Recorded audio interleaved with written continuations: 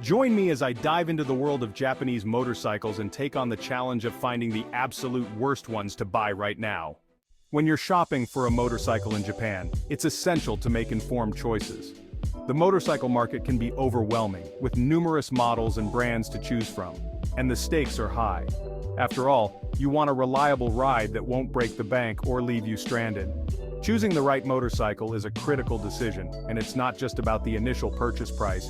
You need to think about reliability, resale value, and maintenance costs, all factors that can impact your wallet and your riding experience. In Japan's competitive motorcycle market, even a single mistake can lead to financial and practical headaches. So, doing your research and making smart choices is crucial. In this video, we'll explore the worst motorcycles to buy in Japan right now, highlighting the models you should avoid and the reasons why. The Yamaha FJR 1300 is one of the worst motorcycles to buy in Japan, mainly due to its poor fuel efficiency and heavy maintenance costs. This bike may have its fans, but its flaws make it a less than ideal choice for riders looking for a reliable and cost-effective ride.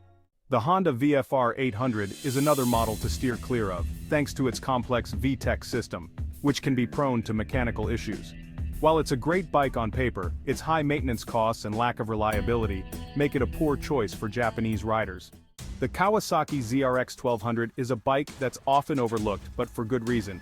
Its outdated design and lack of modern safety features make it a less desirable option.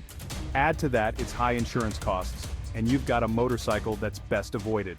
The Suzuki Intruder 800 is perhaps the biggest disappointment on this list, given its initial promise of being a reliable cruiser. However, its subpar build quality, lack of power, and poor resale value make it a bike that's not worth your hard-earned cash. One of the most surprising motorcycles on this list is the Yamaha XT1300Z Super Ténéré.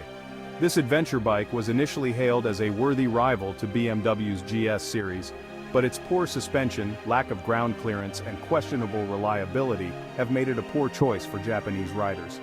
It's a bike that promised a lot, but ultimately failed to deliver. What's particularly surprising about the Super Ténéré is its high price point, despite its numerous flaws. It's a bike that's more style than substance, and its owners have reported numerous mechanical issues and electrical gremlins.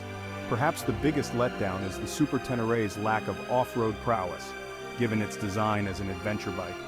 With its low ground clearance and soft suspension, it's more suited to posers than serious off-road enthusiasts. In summary, today we've taken a closer look at the worst motorcycles to buy in Japan right now.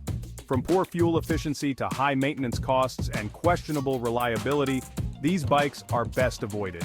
Thanks for watching, and don't forget to share your own experiences with these motorcycles in the comments below. If you're looking for more motorcycle tips and reviews, be sure to check out our other videos. Make the background music energetic.